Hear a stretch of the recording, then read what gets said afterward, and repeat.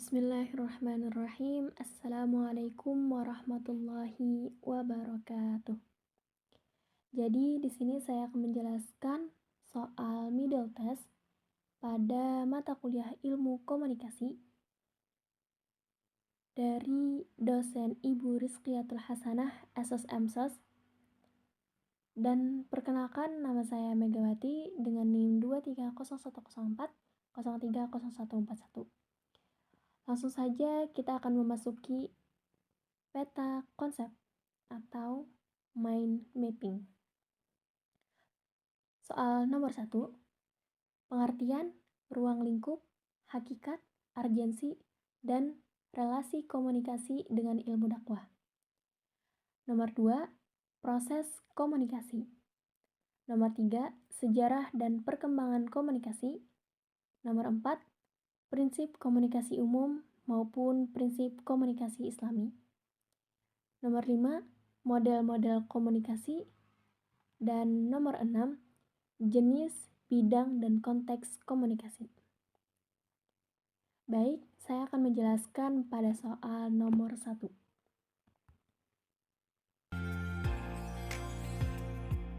A. Pengertian komunikasi. Komunikasi adalah proses penyampaian pesan dari komunikator kepada komunikan untuk memberitahu atau mengubah sikap, pendapat, maupun perilaku, baik secara langsung, lisan, maupun tidak langsung melalui media.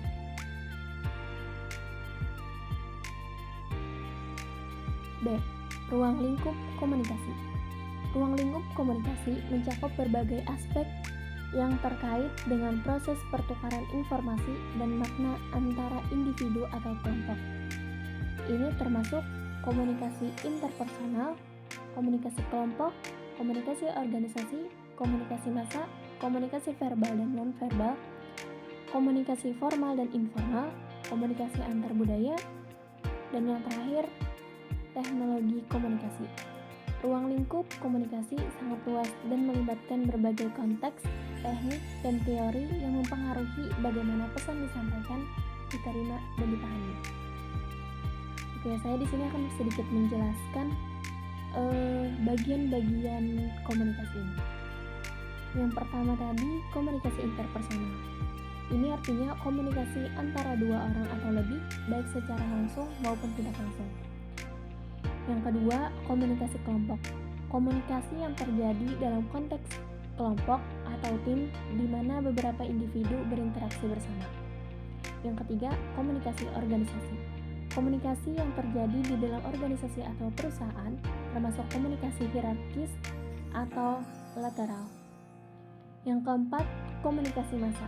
Komunikasi yang ditunjukkan pada khalayak luas melalui media massa seperti televisi, radio, internet, dan cetak. Yang kelima, komunikasi verbal dan non-verbal, yaitu pertukaran informasi melalui kata-kata, suara, tulisan, serta ekspresi wajah, gerakan tubuh, dan bahasa tubuh. Yang keenam, komunikasi formal dan informal. Komunikasi yang terjadi dalam konteks resmi atau tidak resmi. Jadi, komunikasi formal adalah konteks resmi, dan informal adalah konteksnya tidak resmi, seperti pidato formal dan percakapan santai. Nomor 7, komunikasi antar budaya, yaitu pertukaran informasi antara individu atau kelompok yang berasal dari latar belakang budaya yang berbeda. Yang kedelapan, teknologi komunikasi. Penggunaan teknologi seperti telepon, email, media sosial, dan video konferensi untuk berkomunikasi.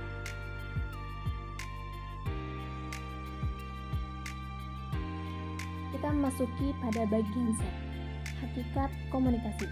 Hakikat komunikasi adalah proses pernyataan antara manusia. Yang dinyatakan itu adalah pikiran atau perasaan seseorang kepada orang lain dengan menggunakan bahasa. Dalam proses komunikasi, bahasa merupakan lambang yang paling sering digunakan. Bahasa yang digunakan seseorang akan mengikuti lingkungan dan adat orang tersebut.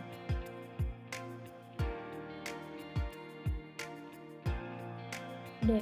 Urgensi komunikasi Urgensi komunikasi merupakan salah satu aspek dari hubungan interpersonal yang baik.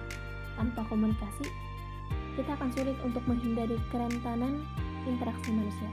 Oleh karena itu, yang kita butuhkan dalam hidup ini adalah komunikasi. Dan menciptakan komunikasi yang berkualitas adalah hal yang sangat penting.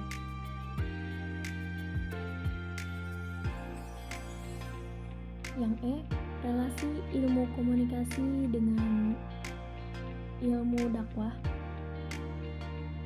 Relasi komunikasi dengan ilmu dakwah memiliki hubungan yang sangat erat. Keduanya berkaitan dengan proses penyampaian pesan dan informasi kepada orang lain. Ilmu komunikasi membantu dalam memahami teknik-teknik komunikasi yang efektif. Sementara ilmu dakwah fokus pada penyampaian pesan-pesan agama secara persuasif dan relevan dengan konteks sosial. Dengan demikian, pemahaman tentang komunikasi dari ilmu komunikasi dapat diterapkan dalam konteks dakwah untuk meningkatkan efektivitas penyampaian pesan agama. Kita akan memasuki pada soal nomor 2, yaitu proses komunikasi. Proses komunikasi adalah suatu proses bagaimana suatu pesan atau informasi bisa sampai dari penyampai pesan komunikator kepada penerima pesan komunikan. Jadi proses komunikasi cukup bervariasi, mulai dari yang sederhana sampai yang memiliki kompleksitas yang tinggi. Nomor 1, proses komunikasi pada level face to face. Komunikasi ini relatif sederhana, maka suatu pesan dapat langsung disampaikan oleh komunikator kepada komunikan, dan jawaban atau tanggapan dapat segera diketahui komunikator. Yang kedua, proses komunikasi level small group. Komunikasi ini terjadi pada komunikasi kelompok, dapat dilakukan seperti face-to-face communication, tetapi dapat juga menggunakan berbagai cara lain, misalnya pesan tertulis, surat, kertas memo, undangan, melalui teman, dan sebagainya. Yang ketiga, proses komunikasi level organizasional. Komunikasi ini terjadi pada kelompok formal atau organisasi, misalnya lembaga pendidikan, lembaga siaran, dan sebagainya. Pada tingkatan ini, penggunaan berbagai teknologi informasi atau teknologi komunikasi lebih maju dibandingkan pada tingkatan kelompok. Yang keempat, proses komunikasi level komunikasi massa. Proses komunikasi pada level ini sebagai ilustrasi untuk penyampaian pesan iklan atau salah satu jenis produk pestisida dengan durasi hanya beberapa detik. Maka sebuah perusahaan bisa melibatkan berbagai pihak dalam pembuatannya.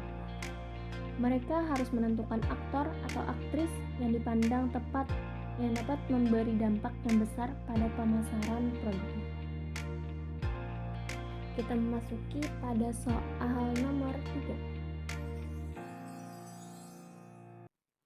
Sejarah dan perkembangan ilmu komunikasi. Dari New Media in Society menyebutkan bahwa sejarah komunikasi diperkirakan dimulai sejak sekitar 35.000 tahun sebelum Masehi. Pada zaman ini yang disebut sebagai zaman Cro-Magnon. Bahasa sebagai alat berkomunikasi sudah dikenal. 13.000 tahun kemudian atau sekitar tahun 22.000 sebelum Masehi, para ahli prasejarah menemukan lukisan-lukisan dalam gua yang diperkirakan merupakan karya komunikasi manusia pada zaman tersebut. Komunikasi adalah salah satu disiplin ilmu yang termasuk dalam kelompok ilmu-ilmu pengetahuan sosial.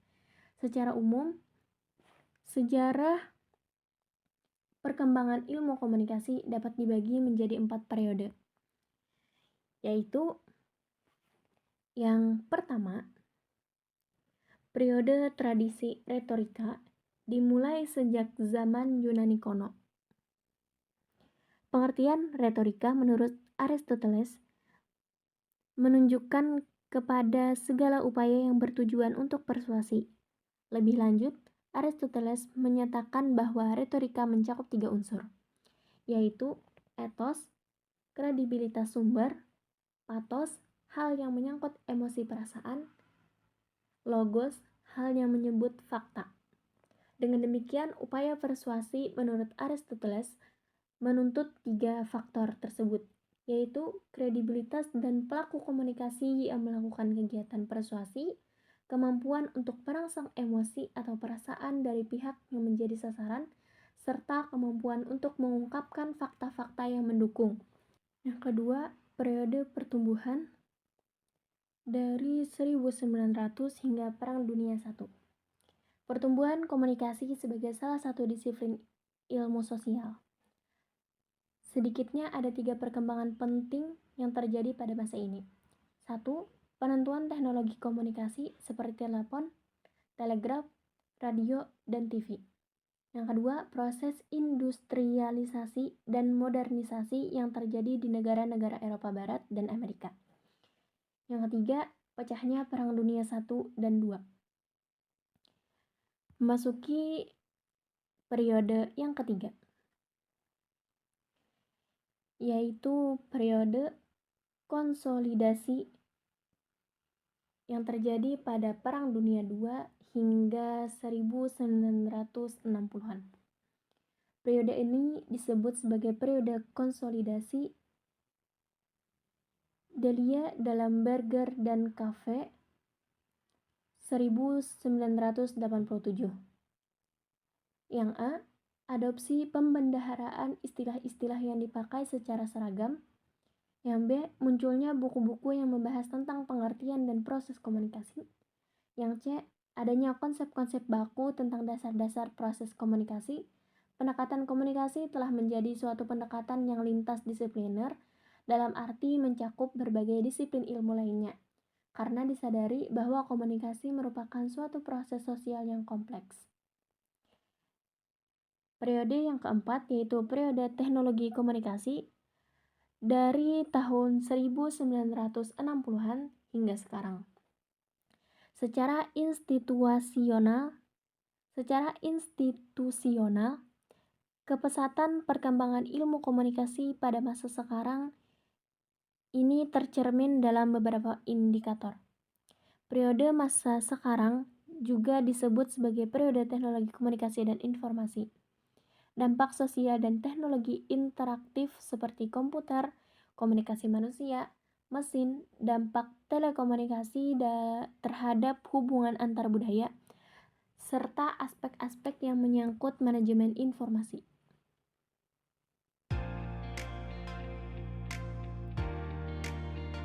Memasuki nomor yang keempat, prinsip komunikasi umum maupun prinsip komunikasi Islami. Yang A. Prinsip komunikasi umum. Menurut Dedi Mulyani, PhD, terdapat 12 prinsip komunikasi yang dikatakan sebagai penjabaran lebih jauh dari definisi dan hakikat komunikasi, yaitu komunikasi adalah suatu proses simplik, yang artinya proses penyampaian dari komunikator kepada komunikan. Simbol atau lambang yang digunakan untuk menunjukkan suatu hal berdasarkan kesepakatan sekelompok orang. Yang kedua, setiap perilaku mempunyai potensi komunikasi. Perilaku manusia seperti gerak-gerik tubuh, raut wajah bisa ditafsirkan oleh orang lain, walaupun sebenarnya orang tersebut sedang tidak ingin berkomunikasi. Yang ketiga, komunikasi punya dimensi, isi, dan hubungan. Dimensi ini dilihat dari isi pesannya, sedangkan dimensi hubungan terlihat dari cara seseorang mengatakan pesannya. Yang keempat, komunikasi berlangsung dalam berbagai tingkat kesengajaan. Artinya komunikasi bisa terjalin dari peristiwa yang tidak sengaja sama sekali hingga bentuk komunikasi yang sudah direncanakan. Kesengajaan bukan syarat terjadinya komunikasi, meskipun seseorang tidak berniat menyampaikan informasi atau pesan. Namun perilaku tersebut bisa ditafsirkan orang lain. Yang kelima, komunikasi terjadi dalam konteks ruang dan waktu. Pesan yang dikirim komunikator baik secara verbal maupun non-verbal disesuaikan dengan konteks tempat, ruang, dan waktu. Tempat berarti di mana proses terjadinya komunikasi. Fisik dan ruang mencakup iklim, suhu, intensitas cahaya, dan lainnya. Sedangkan waktu menunjukkan kapan pesan komunikasi dikirimkan. Yang keenam, komunikasi melibatkan prediksi peserta komunikasi. Artinya komunikasi memerlukan tata krama yang disesuaikan dengan lawan bicaranya. Prediksi perlu dalam berkomunikasi agar membuat orang lebih nyaman dan tenang dalam berkomunikasi. Yang ketujuh, komunikasi bersifat sistemik. Sistem internal dan eksternal mempengaruhi cara seseorang berkomunikasi. Jadi kedua sistem ini mencakup faktor latar belakang budaya, nilai, adat, pengalaman pendidikan, dan lingkungan keluarga. Yang kedelapan, semakin mirip latar belakang sosial budaya, semakin efektiflah komunikasi. Jadi menjelaskan bahwa kesamaan latar belakang seperti suku, pendidikan, dan lain-lain membuat orang lebih mudah berkomunikasi karena keduanya punya makna yang sama terhadap simbol yang saling dipertukarkan. Yang kesembilan, komunikasi bersifat non-sekuensial. Artinya komunikasi melibatkan respon sebagai bukti bahwa pesan telah dikirimkan, diterima, serta dimengerti dalam artian tidak berlangsung satu arah. Yang ke-10, komunikasi bersifat prosesual, dinamis, dan rasional. 11, komunikasi bersifat irreversible. Dan terakhir, 12, komunikasi bukan panas. Untuk menyelesaikan berbagai masalah, prinsip komunikasi ini menjelaskan bahwa komunikasi bukan satu-satunya solusi pemecahan masalah, karena komunikasi hanya salah satu faktor pendukung dalam penyelesaian masalah. Kita memasuki yang kedua, prinsip komunikasi Islami. Prinsip komunikasi Islami adalah sebuah cara berkomunikasi yang berlandaskan pada nilai-nilai dan ajaran Islam.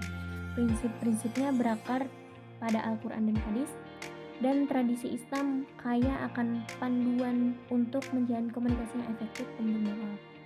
Prinsip-prinsipnya bertujuan untuk membangun hubungan yang positif dan konstruktif antar manusia, serta untuk menyebarkan kebaikan dan kebenaran. Berikut beberapa prinsip utama dalam komunikasi Islami. 1. Sidik, artinya kebenaran, informasi yang akurat, tidak bohong atau memanipulasi makna. Yang kedua, tabligh, menyampaikan. Yang ketiga, amanah, kepercayaan atau informasi yang akurat. Keempat, fatonah, kebijaksanaan atau bijak dalam menyampaikan informasi. Yang kelima, ihsan, kebaikan atau perkataan yang baik. 6. Tawadhu, kerendahan hati. 7. Husnuzon, prasangka baik. 8. Istighfar, memohon ampunan. 9. Muhasabah, introspeksi diri. 10. Ta'awun, kerjasama.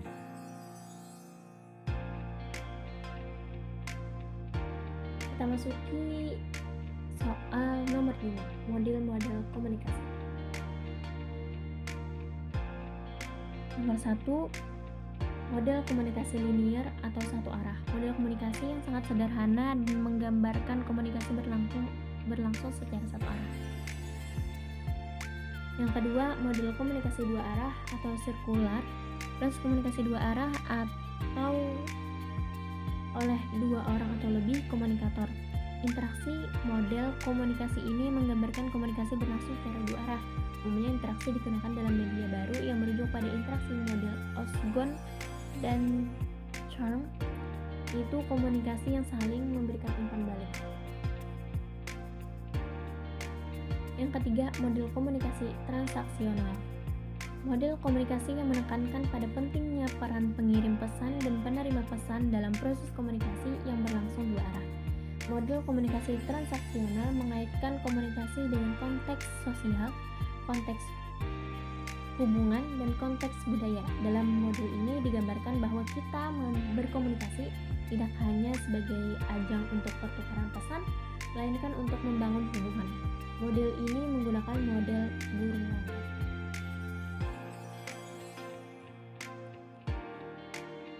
Oke, kita akan memasuki soal terakhir, yaitu soal pada nomor 6. Jenis, bidang, dan konteks komunikasi. Yang A, jenis komunikasi.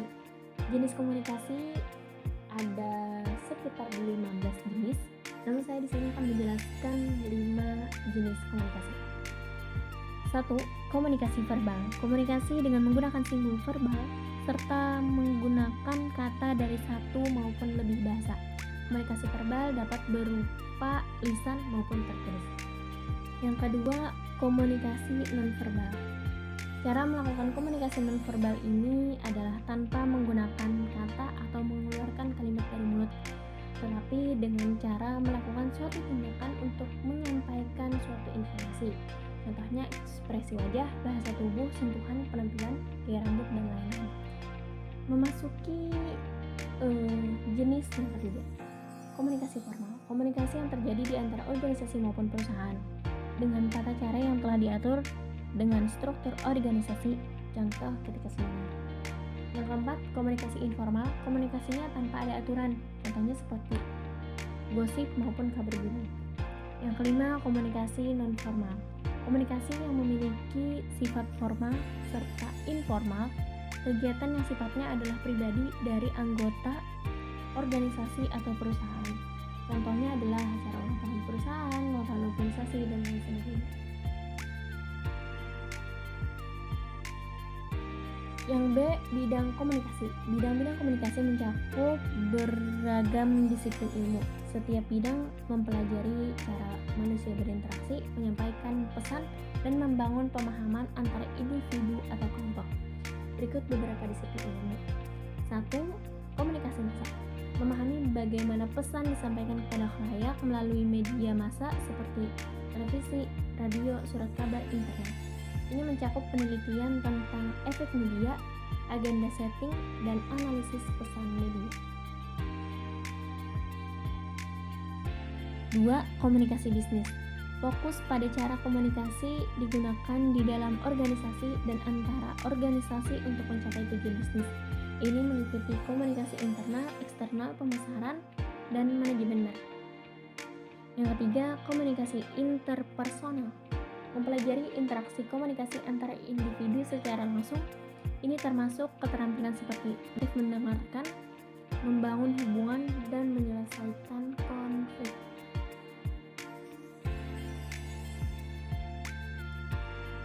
Keempat, komunikasi politik. Kelima, komunikasi organisasi. Setiap bidang ini memiliki metodologi, teori, dan praktek yang unik yang digunakan untuk memahami dan meningkatkan komunikasi dalam konteks tertentu.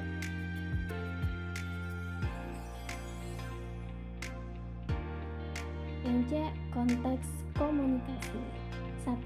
Komunikasi intrapribadi, komunikasi dengan diri sendiri.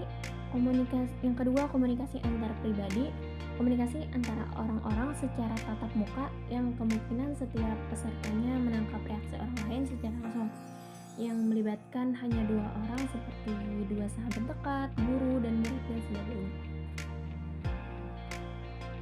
3. Komunikasi publik. Komunikasi antara seorang pembicara dengan sejumlah besar orang khalayak seperti pidato, ceramah, atau kuliah umum yang sifatnya lebih formal. Komunikasi organisasi. Dalam suatu organisasi bersifat formal dan juga informal, dan berlangsung dalam jaringan yang lebih besar daripada komunikasi kelompok. Yang kelima, komunikasi massa. Komunikasi menggunakan media massa baik cetak atau elektronik. Baik, terima kasih.